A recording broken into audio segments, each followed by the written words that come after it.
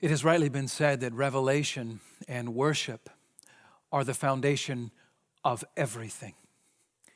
And that's essentially that principle captures much of what we have before us in this sacred passage. Revelation and worship are the foundation to everything. Meaning and purpose in all things find their anchor and their aim in the revelation and worship of God. This is a book called the Gospel of Matthew, and as a good news, according to St. Matthew, it is a testimony, a sacred biography of the life of Jesus of Nazareth, a life unlike any other life.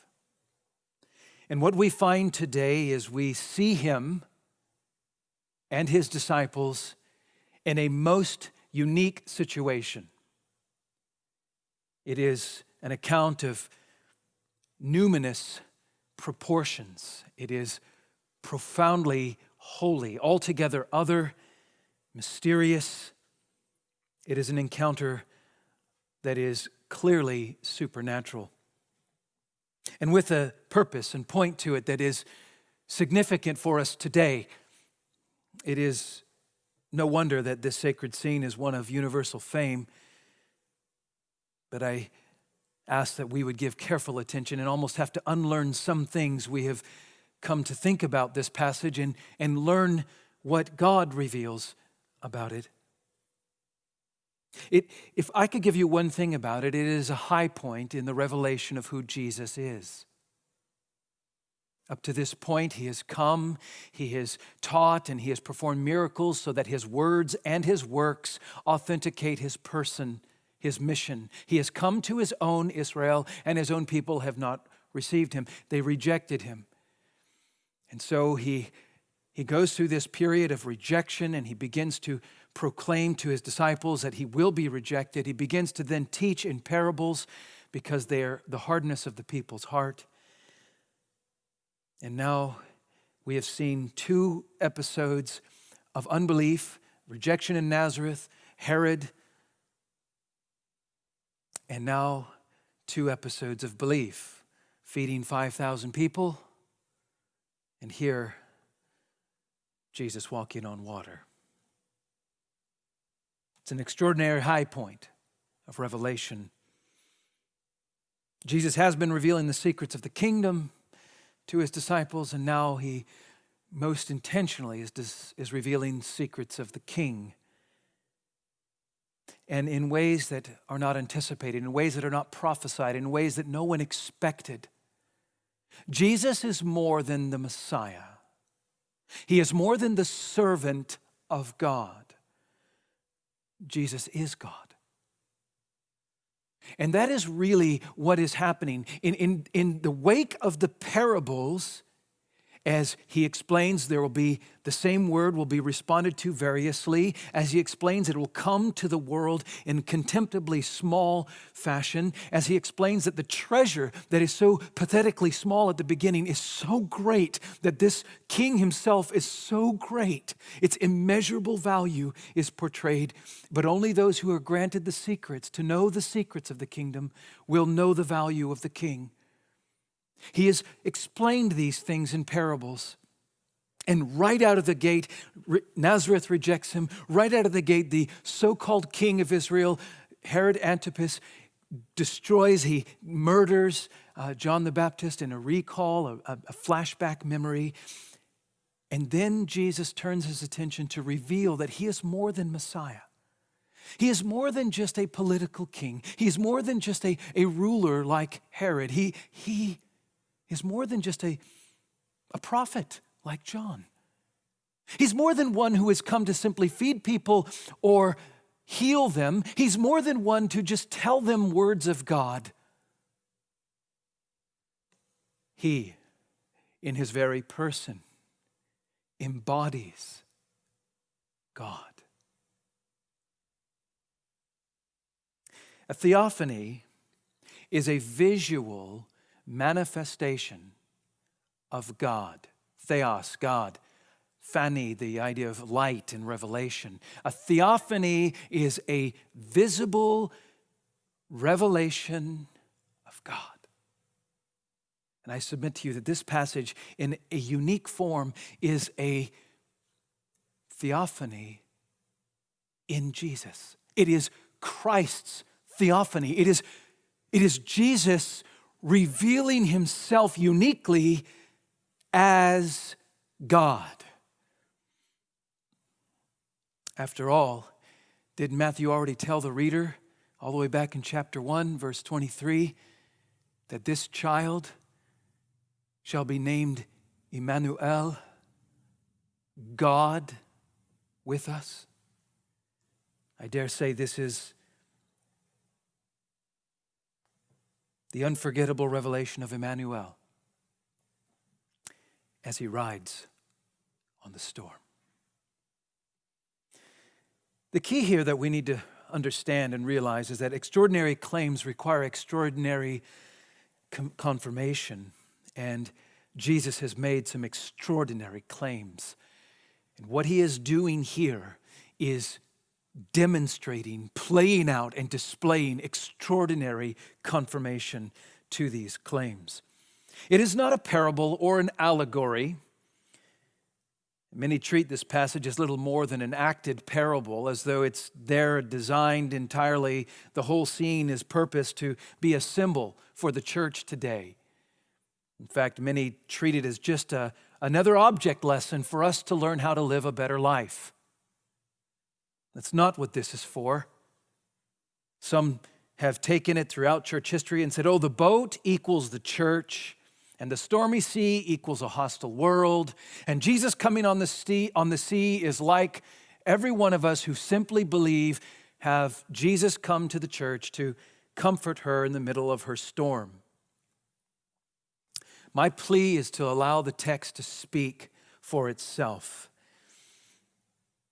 While certain principles that have been expounded from this text are true, that's not exegesis. That's not what this is saying. That's not the meaning of the text. The meaning of the text is what we're after first, and that's what we're going to focus our heart's attention on. I want the text to speak for itself. I want every one of us to come under the text, to understand what God is doing by revealing these words and why this way.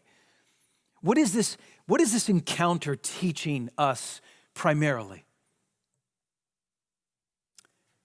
And yes, in all of its immeasurable heights, it does minister to us deeply, minister to the redeemed in ways practically and profoundly. It's a story of indisputable memory. Everything in it has the clear markings of a vivid recall of an unforgettable experience, an encounter that cannot be forgotten. The tenses in the language are very significant. They all start in these sort of tenses that just capture factual statements. The persons identified are all in third person, they and him and da-da. And then as we move through the story, we find that suddenly the pronouns all turn to be very personal and first person, second person. The tenses all change from mere factual statements to immediate, as though you're standing there watching it. Active, immediate tenses that are happening in the moment. It is a vivid reminiscence of a supernatural encounter. It's intense. It involves separation. It involves storm. It involves stress. It involves fear and faith. It involves wavering and worship. It is beautiful.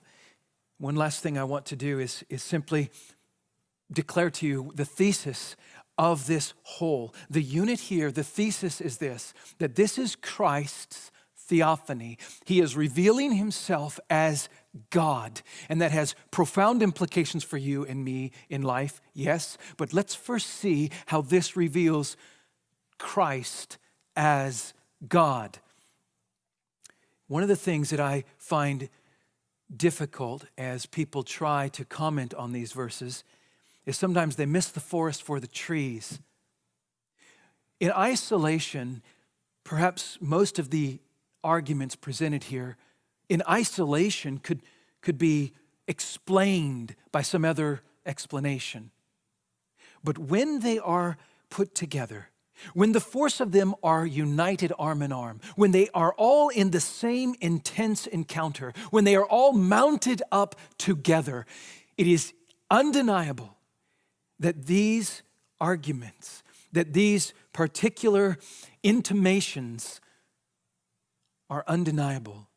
They point to Jesus. They reveal him as God. And we have 7 of them. 7 intimations that reveal Jesus as God. And every one of them is designed for you and me. Our takeaway today is that we would have an increasingly deep movement in our hearts and lives that goes out through our thoughts, our words, our actions to make much of Christ in all things.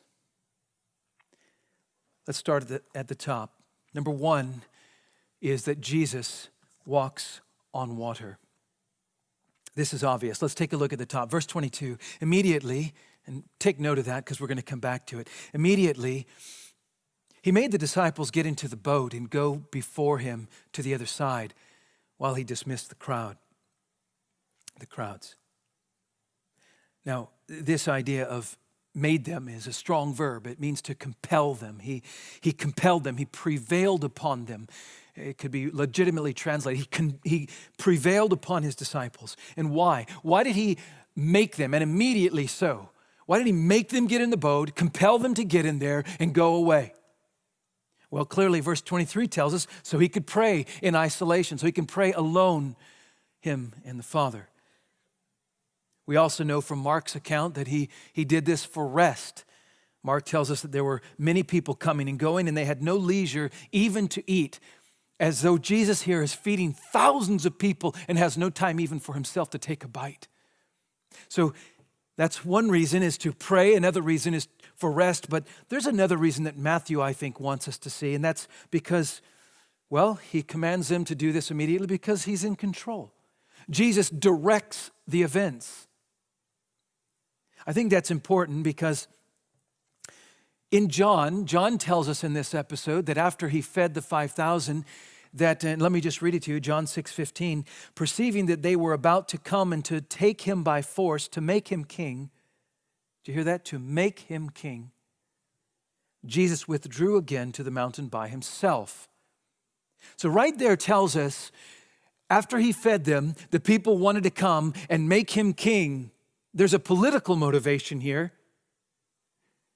And Jesus withdrew and goes by himself. So right in between there, he compels his men to leave. There's probably no doubt that the disciples would have joined in on the enthusiasm. Yes, Jesus should be king. But this is my point. Matthew doesn't make anything of it. Matthew doesn't draw any attention to political factors, and he doesn't want us to look there.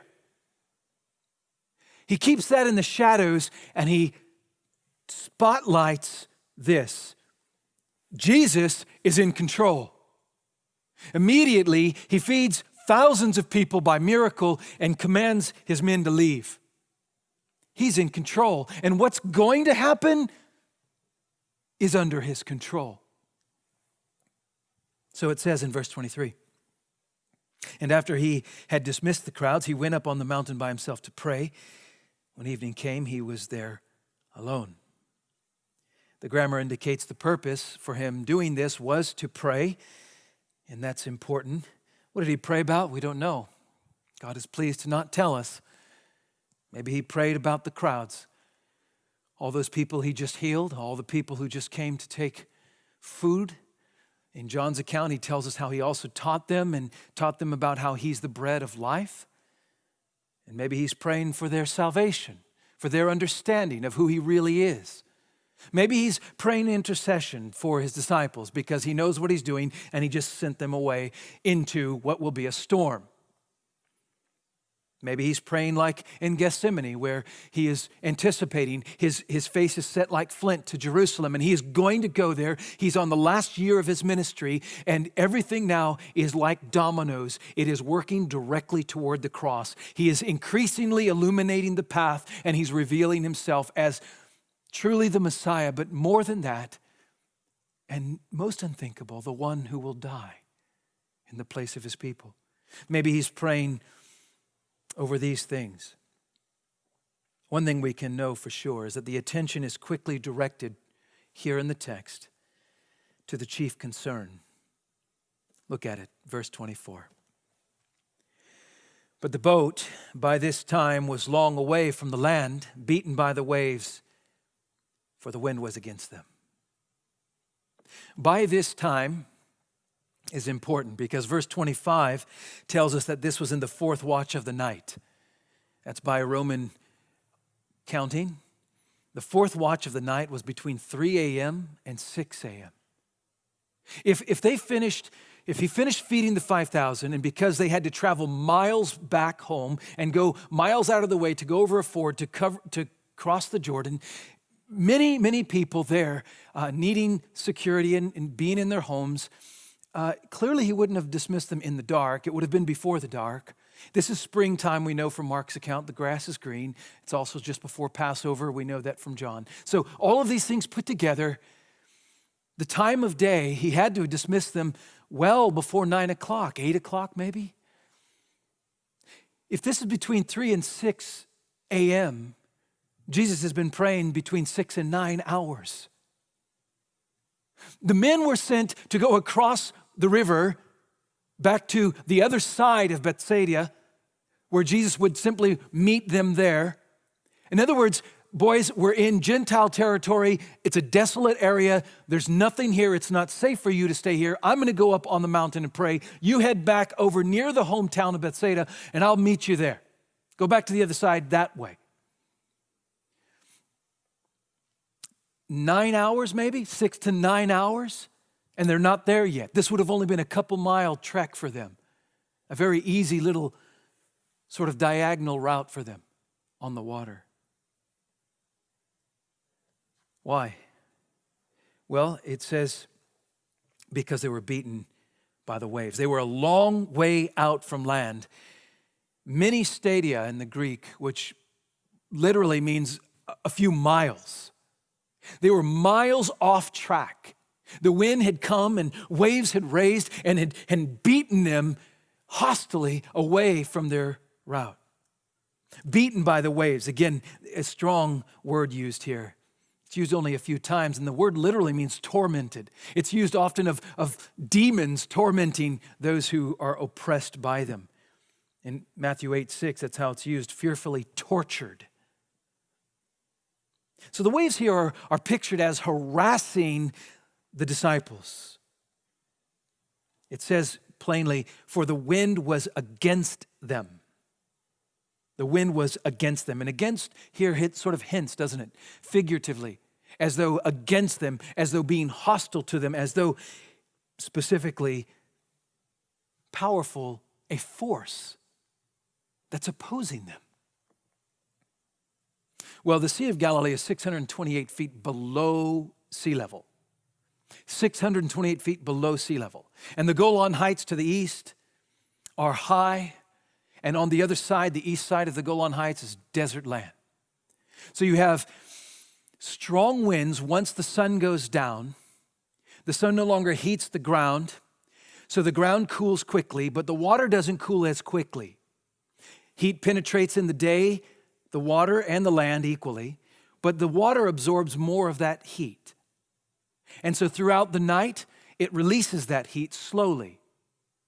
So there's more heat over the water than the land at this time, and that causes a pressure differential, and the wind blows up and over the Golan Heights and comes rushing down 620 feet below sea level and creates massive waves. It's been reported even recently that in the Sea of Galilee, there are reported as high as 11-foot waves crashing all the way out to the west coast.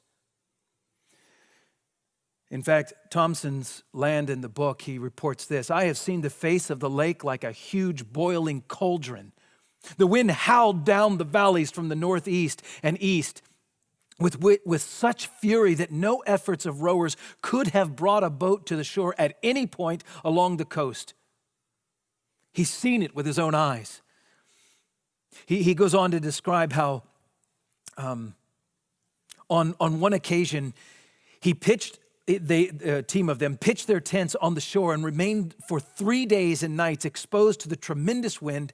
We had to double pin all the tent ropes, and frequently we were obliged to hang with our whole weight upon them to keep the quivering tabernacles from being carried up bodily into the air. No wonder the disciples toiled and rowed hard all that night. In another place, he says this: small as the lake is and placid in general as a molten mirror, I have repeatedly seen it quiver and leap and boil like a cauldron when driven by fierce winds. Now, let's get back to the thought of what's happening. The waves are tormenting, beating them. They're hostile, they're against them. These massive waves, dangerous waves, the most experienced seaman can't get to the shore. Under these conditions, it makes sense why the Old Testament links the sea to chaos and even evil. So often, excuse me, so often in the Old Testament, the sea is seen this way, as symbolizing evil, as symbolizing chaos and disorder, unruly forces and powers. And even in Revelation, in chapter 13, verse 1, it says that I saw a beast rising out of the sea. So it's symbolic. Leviathan is always pictured as in the sea, the great dragon in the sea. Often in the prophets describe the sea and monsters of great fear, of great evil power. All of this sets up the scene, doesn't it? Look at verse 25. He came to them, walking on the sea. So our first point here, the first intimation is very, very important. Jesus walks on water, and it's much more than just walking on water. There's so much symbolism and implication here. Listen, Jesus came to them as a superior power to the greatest powers known on earth. He came to them literally as one who has authority and conquest over chaos and evil. He came to them as a master in his own world. He came to them in powerful symbol as the creator who has control over unruly forces in his creation. Kistemacher says this well: the winds cannot overturn him. Are they not his willing messengers? The waves cannot drown him. Are they not his obedient servants? He sent the boys out, and he intentionally stayed away for so long. This is no surprise. He's in control of everything. And now he comes as a conquering king over even the greatest forces of chaos and evil. It's a testimony. It's a testimony, and it's a testimony in the Hebrew mind. It's a testimony in the biblical mindset. It's a testimony in the revelation of God that is reserved for God and God alone. Only God is portrayed ever in Scripture. Only God is portrayed as having power to tread on water, power to calm storms. Consider just a few examples. Job 9:8. Who alone stretched out the heavens and trampled the waves of the sea? In Job 38, when God looks to Job and begins to challenge him, who are you? Gird up the loins of your mind and answer me like a man, and I will ask you, where were you when I? Where were you when I? And what about this? Can you explain it to me? In one of those, he says this: have you entered into the springs of the sea or walked in the recesses of the deep? This is reserved for God alone. In Psalm 77:19, your way was through the sea, your path through the great waters, yet your footprints were unseen. It's as though God walks on water alone. Isaiah 43 makes it clear. Thus says the Lord, who makes a way in the sea, a path in mighty waters. In the context of Isaiah 43, where he says, I and I alone am the Lord, and there is no other. So this is a testimony reserved for God and God alone. The fact that Jesus walks on water is a theophany. He's revealing himself as God. He came to them walking on the sea.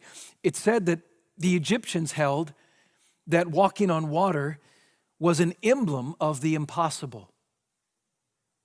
And Ryle says, well, that to our poor, weak minds, the whole event is utterly incomprehensible. And remember, Jewish tradition always held that God alone not only could tread over the storm, but God alone could deliver. God alone could save and rescue from the sea. What I find striking, look at it again. Verse 25. The fourth watch of the night, he came to them walking on the sea.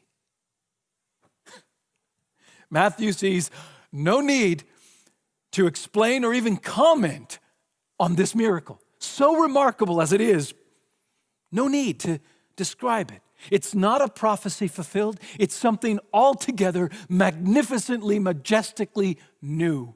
It's a theophany. One thing I think we should see is Satan doesn't rule the storm. Jesus does. The entire episode was his design. It's well been said that we too need to remember these truths as we walk through difficult circumstances. Absolutely. Jesus is not unaware of what we're going through. He is familiar with our weaknesses, and he is working for our good in all things. He is sovereign over our lives and our trials. That's an appropriate application. The main point here is Christ is God, and he is sovereign and over every detail sends them away into the storm only to reveal himself more profoundly. There's one other little note. Mark helps us out. In Mark chapter 6, verse 48, it says about the fourth watch of the night, he came to them walking on the sea. He meant to pass them by. Oh, and that's striking because in the Greek language, it's identical to what's said in Exodus 34 and 33, where God says to Moses, I will make my goodness pass before you, and I will proclaim before you my name. I am.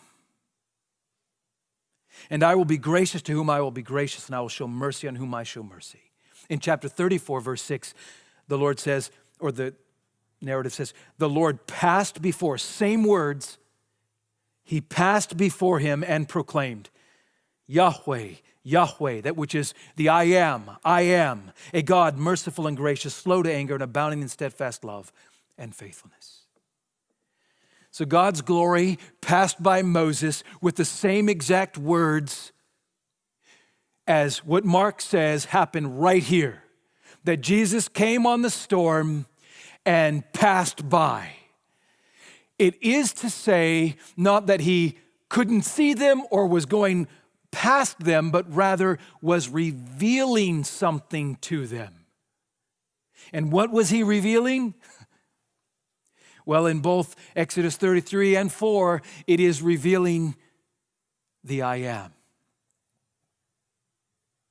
That's our first principle. He walks on water to reveal that he is God. Let's take a look now at the second. Jesus self-identifies as God. This fits exactly what we see. Verse 26, when the disciples saw him walking on the sea, they were terrified and said, it is a ghost, and they cried out in fear. They were terrified. I mean, they're more afraid by Jesus than by the storm. They're terrified. They're more afraid when his presence comes than when his absence was felt. The point is, why? Because this is totally supernatural. People do not walk on water. So, what do you do when you see it? It's glory that has no category in their minds. It's numinous, fearful, mysterious, holy. It's terrifying. That's why they say it's a ghost. If it's a body, it'll sink. If it's a spirit, you don't see it. So what do? They turn to pagan superstition. It was the pagans. They use a word that was not used by Jews. They're using a word here that's describing pagan superstition of haunting spirits that are manifest visibly. That was not a Jewish thing. This is not articulating some kind of theology here. It's an apparition. They've turned pagan all of a sudden. It's the only category they have. What do you do with something like this? There's someone walking on water. They're miles out, and the Sea of Galilee is very deep. The storm is crazy. Waves could be 11 feet high. The swells are coming up and down. They're in danger of drowning. And there's a guy walking. I mean, we can hardly be surprised that they would yell out, "It's a ghost!" I mean, and we can hardly fault them. This is instinctive, it's emotional, it's reactional. They're reacting, it's an impulse. There's no category for this. This is totally out of this world.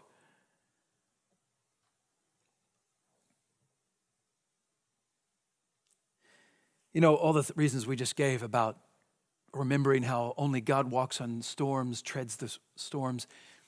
We can't expect the disciples to systematically analyze a situation like that in that moment. This was real.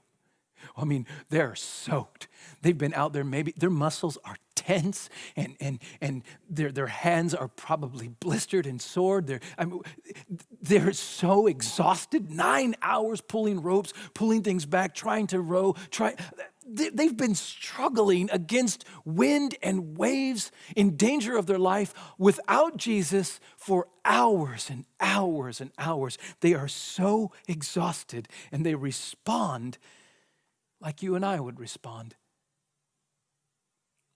This is out of the world, out of this world. Well, they cried out in fear, and that's what we should expect with a theophany. God shows up, you tremble, you fall on your face. We should fear, we should tremble, we should be terrified. Tharsete, ego eimi, me phobeste. That's what Jesus says. That's all he says. That's all he says. Verse 27, immediately Jesus spoke to them.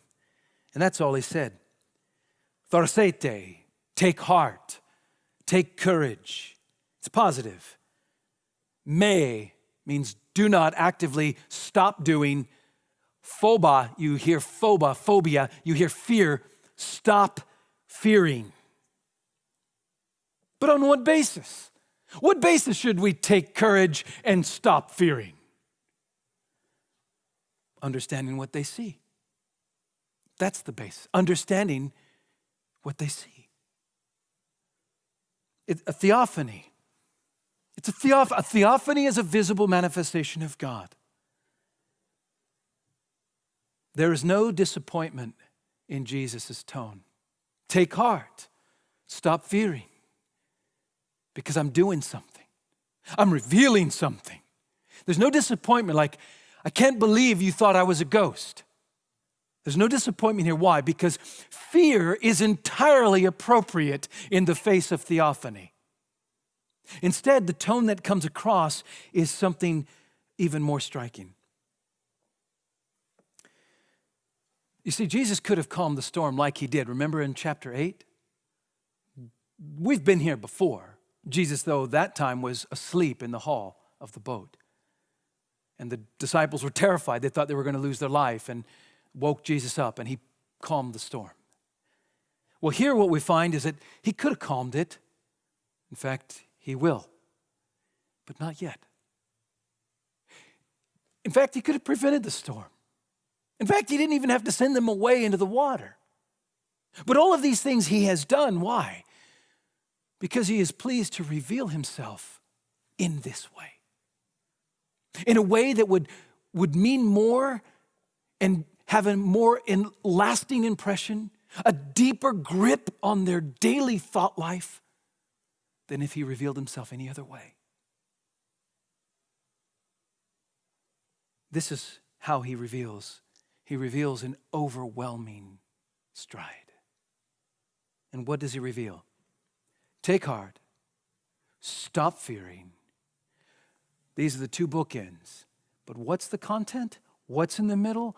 On what basis should I take heart and stop fearing?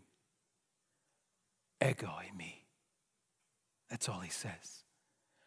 Ego eimi. I am.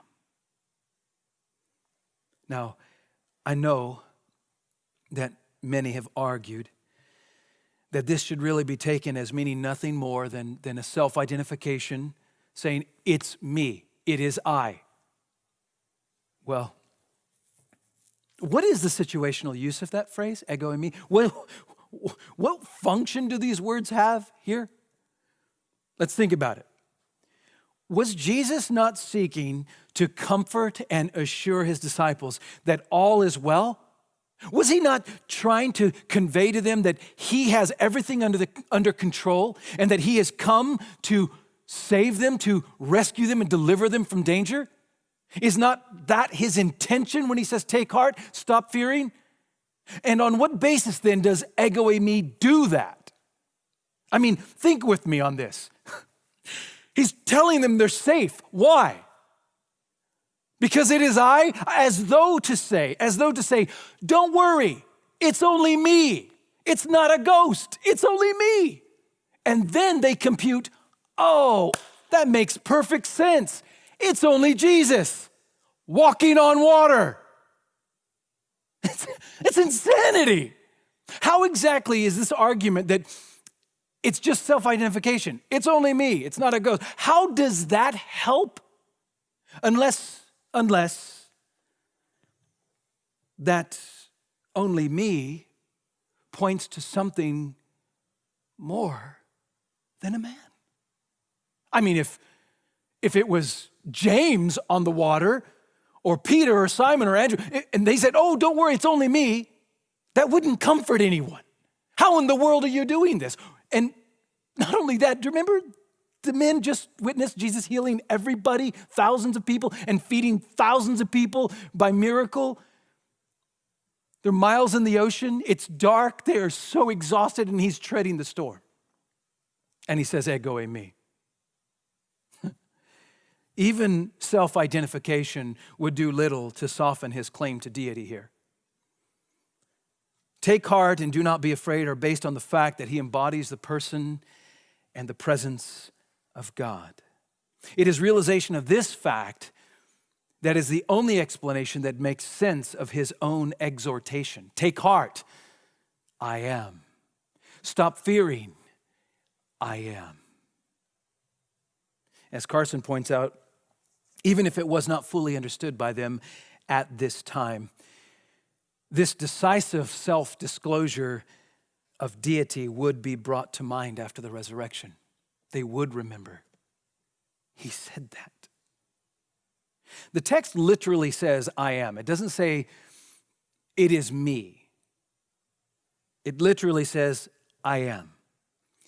And in this setting, in the numinous events and the intensity of the encounter, there's no denying that it's an echo of the divine name.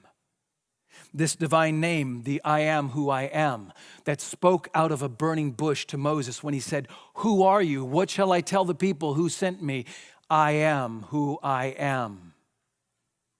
It is the great I am. As one said, it is not, it is I, but I am, the living one, the master of wind and wave. In Deuteronomy 32, it's the seal of the one true God. See now that I, even I, am He. That's clearly I am, ego eimi. And there is no God besides me. I kill and I make alive, I wound and I heal, and there is none that can deliver out of my hands. Now that brings security in the face of danger. I am. I give life, I take life. Stop fearing. Or how about Isaiah 43, verse 2? When you pass through the waters, I will be with you. And then a few verses later, he declares himself, I am. You are my witnesses, he says in verse 10, my servant whom I have chosen, that you may know and believe me and understand that ego me. Understand that I am. Right there, the prophet Isaiah in chapter 43 shows that in the face of danger on the sea, picturing chaos and evil, God treads the storm and reveals himself as I am. And therefore, they are to believe and understand and be witnesses. Take comfort and stop fearing. Isaiah 41:4, I, Yahweh, the first and with the last, I am, ego me. Isaiah 45:18, he says, I am the Lord and there is no other. And 51:12, I am who comforts you. This is what Jesus is doing. This is the grounding of it. This is the self-identification as God. This is exactly what Mark intended for all the readers to see and what Matthew implicitly gives. He comes on the storm as though revealing himself as the only one who has power and authority over it. He is the great I am. He embodies God's power and claim. One commentator said Jesus brings the answer to their need if only they perceive and believe that in him, God is at work to save them. You see, God is present in Jesus, uniquely in Jesus. Blomberg says it well. This is perhaps Jesus' clearest self-revelation of his divinity to date. It's a high point, and it's to his disciples exclusively. He will later in Matthew 22:33 say, I am the God of Abraham, the God of Isaac, and the God of Jacob. In John chapter 8, we notice that he says, truly, truly, I say to you, before Abraham was, I am. We know that Jesus does reveal himself as I am, as Yahweh. And perhaps no more dramatically than here. One thought of application we could take, again, Cranfield says this well, if it is the result of obedience to Christ's command, that the church or the individual Christian is in a situation of danger or distress, if it is out of obedience to God, then there is no need to fear. For he is the everlasting I am. Well, let's take a look at the third. The third intimation, each of these designed to stimulate within us to make much of Christ, for he walks on water as God only does. He reveals himself as the I am in a context of what only God does. And now he empowers the impossible. Jesus empowers the impossible. There's no parallel to this in the other Gospels. Only Matthew records this scene next. It's the first of three scenes in which Peter is specially featured. Let's take a look at it, and we're going to be brief with it, but let's take a look. Verse 28, and Peter answered him, Lord, if it is you, command me to come to you on the water. It is a most beloved scene, but I dare say that artistic expression of it abounds not only from the painter, but also from the pulpit. Some praise Peter for his boldness and initiative in faith. Others criticize Peter for taking his eyes off of Jesus out of fear of the storm. And they make the story all out to be that. I've even heard a sermon where it says that's what the whole story is about. But it is very important that we notice that how Matthew treats it. First of all, he makes certain that he doesn't explain why Peter said it. It's not clear why Peter would ask the question. And we need to give thought to that. What we do see him say is, if it is you, and though there's a hint of doubt there, it is in the grammar a construct that speaks of reality. He is believing that this is real, that it is you. So one thing that we can certainly commend is that he realizes that is Jesus, and that he also realizes that he can do nothing apart from divine command. He doesn't say, grant me power. He just says, command me to come. Now here's where I want to ask us to think more carefully about the purpose of this. Command me to come to you on the water. Is it bold faith? Is that what we're to see here? Some say this is the testimony of faith. It's a believing response. It's to be applauded. In fact, one commentator writes this: this was true boldness of faith on Peter's part. That strength of faith which knows and trusts that even natural impossibilities yield before the will, word, and power of Jesus. And goes on to talk about how maybe we need to think that way. Well, I would say, okay, but Jesus does not commend him for starting well, does he? Well, others say that it's a testimony that he was wanting reassurance. He needed a sign. He needed confirmation.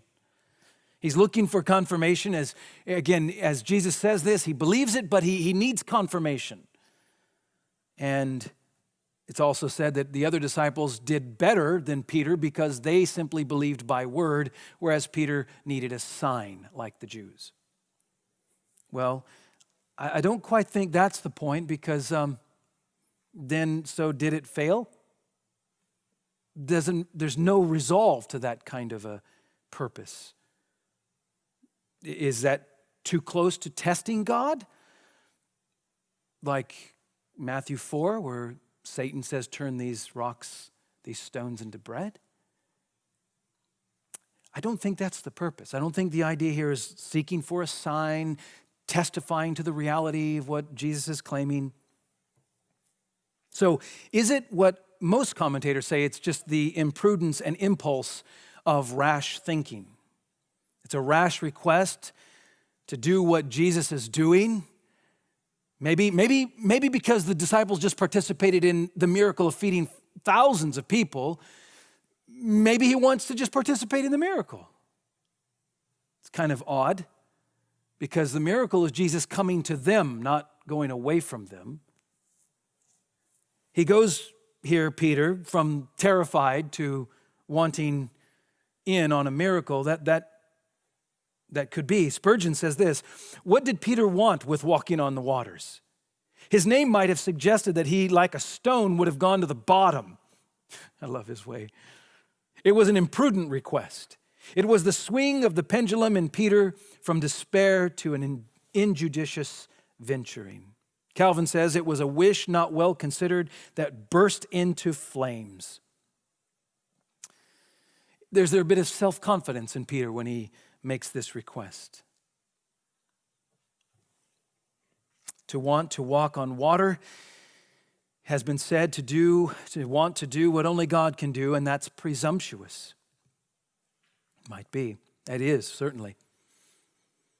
Well, Jesus again is coming to save. What is Peter's purpose to leave the boat? Peter wants to exit. That's the opposite direction.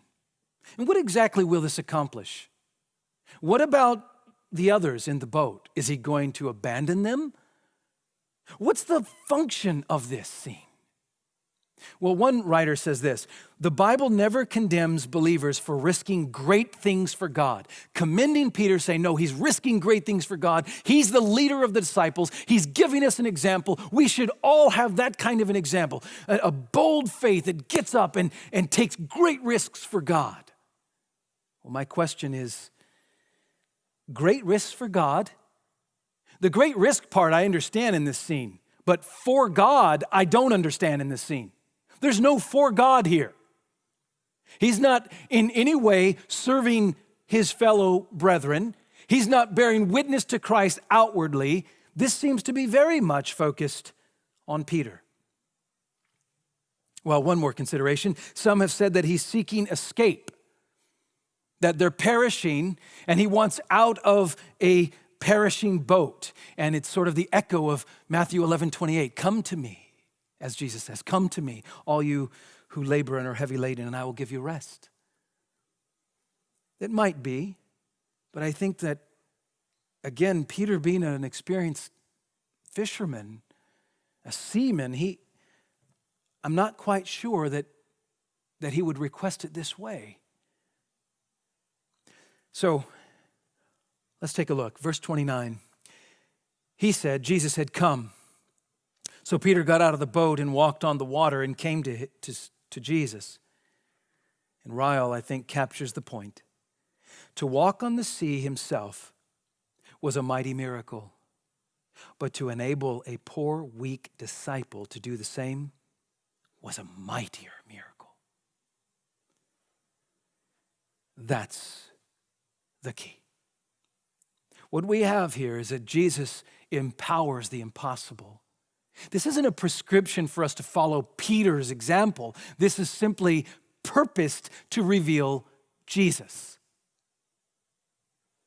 The application is this. Are disciples supposed to learn to walk on water? Is that the point? Are we supposed to walk on water in the midst of a howling storm, in constantly inundated with doubts? Is that what we're supposed to learn? I think it's off the analogy. If the boat is the church, then why are you getting out of the boat? Why are you getting out of the church in the analogy, as has been popularly used? Let me just close these loose ends with 3 observations. I want to give them to you very quickly. 3 observations. We are not invited to mimic or imitate Peter. We are not, anywhere here in this text, is there any commendation to imitate Peter. This is not a call for us to be bold in asking to do impossible things. This is all to reveal the power, the majestic, holy might of Jesus. There are 3 things, though, that we can learn from his behavior. Let's look at them one at a time. Very brief. Number 1, it's a caution against faith that is impulsive. Number 2, it's a caution against faith that focuses on circumstances. Caution against faith that's impulsive. Caution against faith that focuses on circumstances. And the third obvious is it's a commendation of faith, at least, that focuses on Christ. But let me stress, this happened not to make much of Peter or the disciples or faith, for it actually ends in failure and there's a rebuke. This exists to make much of Christ. It's not about Peter. Jesus placed Peter in danger to reveal himself to him. Really, it's for our next point. The reason he enabled the impossible was for the very next point, which illustrates and intimates his deity. Number 4, Jesus is the proper object of faith. Look at verse 30. But when he saw the wind, he was afraid and beginning to sink, he cried out, "Lord, save me." And that's the point. Yes, it is true, and it is a very important insight and application to our thinking that when we take our eyes off of Christ and when we look at our circumstances, we will falter. That is a true principle. Here, the point is very simple, that we are to focus on Christ, but why? Because he is the object of our faith. He is to be the object of faith. He is to be the one to receive the words, "Save me." He is to hear from us, "Kurios," Lord. He is the ego eimi that is to be worshiped as the God alone who can save. That's why this happened. Notice that Peter this time doesn't say, "If it is you, save me." All that's put away. The lesson is now manifest. The point that Jesus is doing this, the reason why he said come was because he wants to reveal himself in new dimension. And this is what happens. Save me, just like Psalm 69. Save me, O God, from the waters have come upon my neck.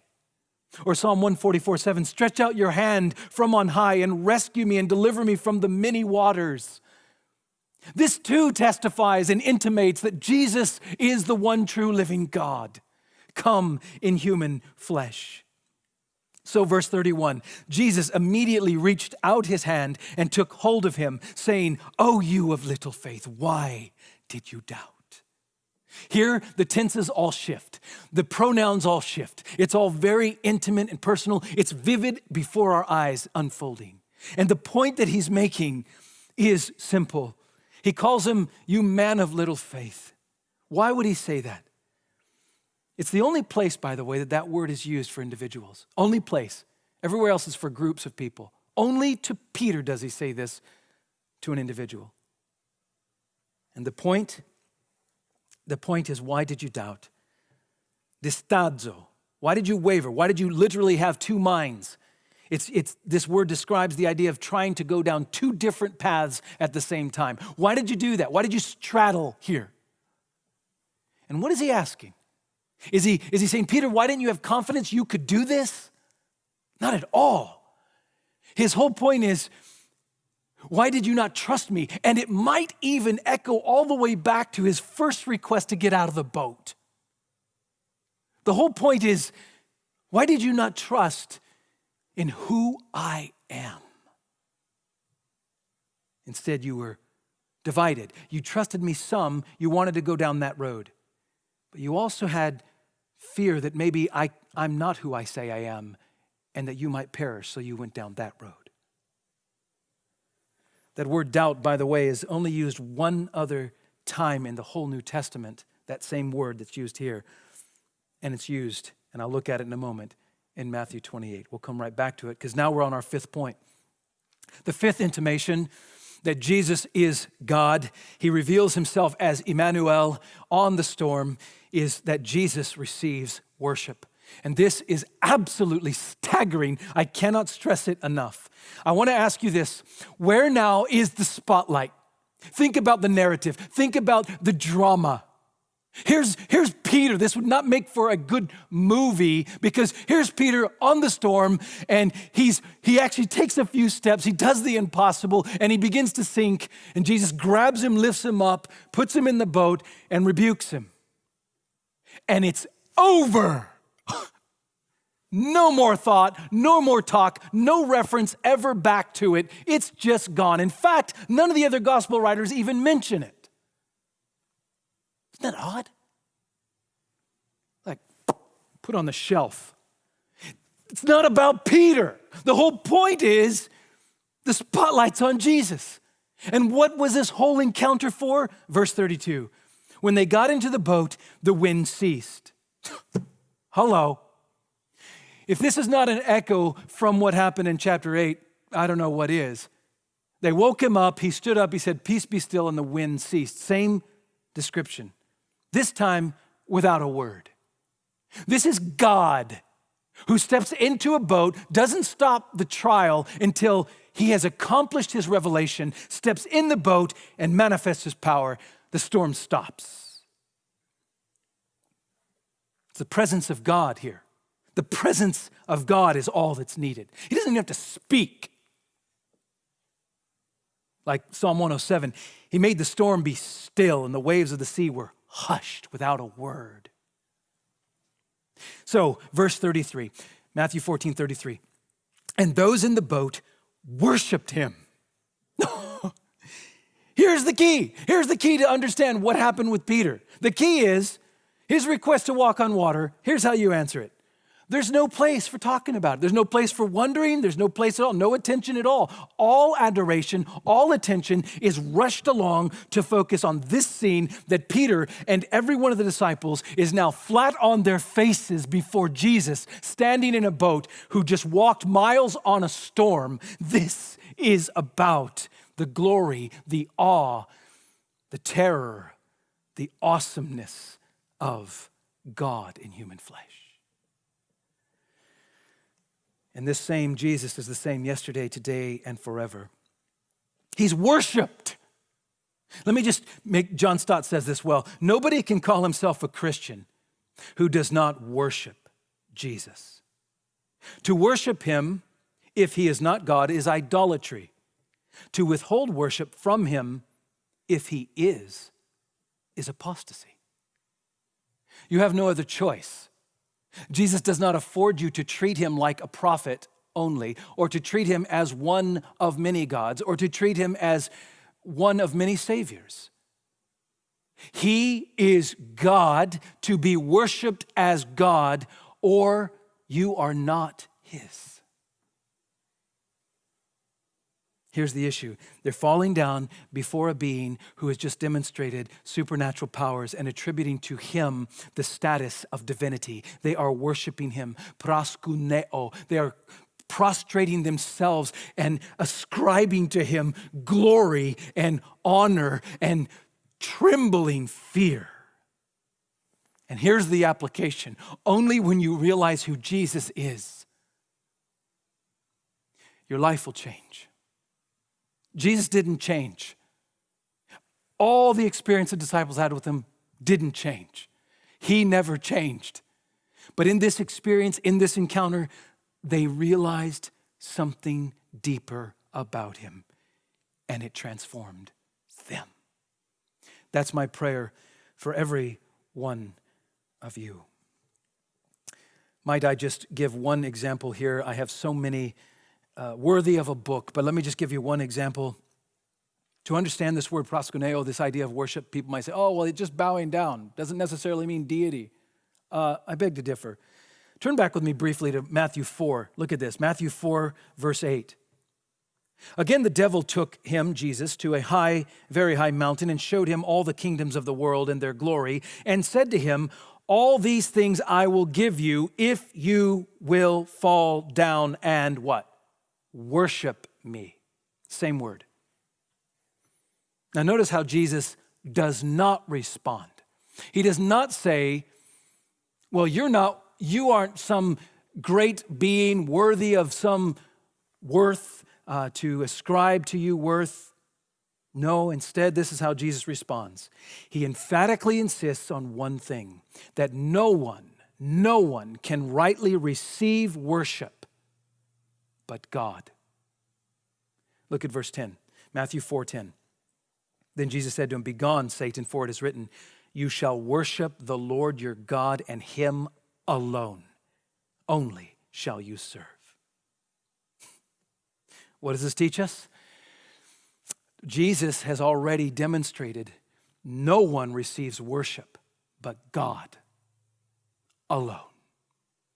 And Jesus, with the same verb, is receiving it. Receiving it. He rebuked Peter for faltering in some faith, but he doesn't rebuke these men for worshiping him. That's all about deity. All about deity. Let's just take a look at the last two very quickly. Jesus is uniquely the Son of God. Number 6. And this is very important. I'm going to run down the storyline of how we see this. He is the Son of God, and it uniquely makes him out to be God. He is of the same nature and essence of God himself. We'll have to look at that another time. More than Messiah, he's God. Let's take a look at the last one, number 7. Intimates that Jesus is God this way. Jesus heals without a word. In verse 34-6, they finally arrive where they're going. It's a fertile place. The people recognize him. Now it's daylight. And they bring all, I would stress in verse 35, the alls, around to all the region and brought all who were sick and implored him that they might only touch the fringe of his garment. And as many as touched it were made well. This is a striking demonstration that he didn't require a word and it didn't require faith from them necessarily. There's no statement of faith and there's no statement of command, that just the presence of this man, brought complete healing. All of these put together, Jesus walks on water. He self-identifies as God would. He empowers the impossible. He is the proper object of faith. He receives worship. He is uniquely the Son of God, and he heals without a word. This is no question. Alone, the one true living God in human flesh, Immanuel, God with us. Beloved and friends, I want to ask you as we go to remember that the deity of Christ is not academic. The application to you is, yes, we can now, after looking at the essence of who he is, we can now say, because of who he is, we can realize that in this history, whatever our history is, whatever our circumstances are, whatever storms we face, we can have complete confidence to take courage and to stop fearing because he is the great I am. We can see that he is from God and is God. And because of that, what great comfort should we have other than, or in comparison to thinking of other gods and other religions? It's this: God came in human flesh to live a perfect life as a man, to sympathize with our weaknesses, but most important, to bear the punishment we as sinners deserve. Only God could bear that punishment. Only God could sufficiently suffer the wrath of God in satisfaction. Only God could rise from the dead. And therefore, only God in human flesh can be your Savior. Only God. Jesus is Immanuel, God with us. He's more than Messiah. Oswald Chambers said, the severest discipline of a Christian's life is to learn how to keep beholding, as in a glass, the glory of the Lord. The severest discipline for you and me is today to keep beholding through the vivid drama of this scene and others, the glory of Jesus as Lord. Let's pray. Father, I do thank you for the privilege to know and to make known Jesus of Nazareth, who is God taken on flesh. I pray, Father, for each and every one tuning in, that you stir their hearts and help them wherever they are in whatever their circumstances, to look to Jesus and to him alone. That through his substitutionary sacrifice, we have hope. Hope that nothing, no chaos or evil could ever threaten. That in Christ we have security and will forever find joy. Oh, I pray, help your people in times of distress, in times of distraction, to have clarity of focus that Jesus is God. Help us to trust him. Amen.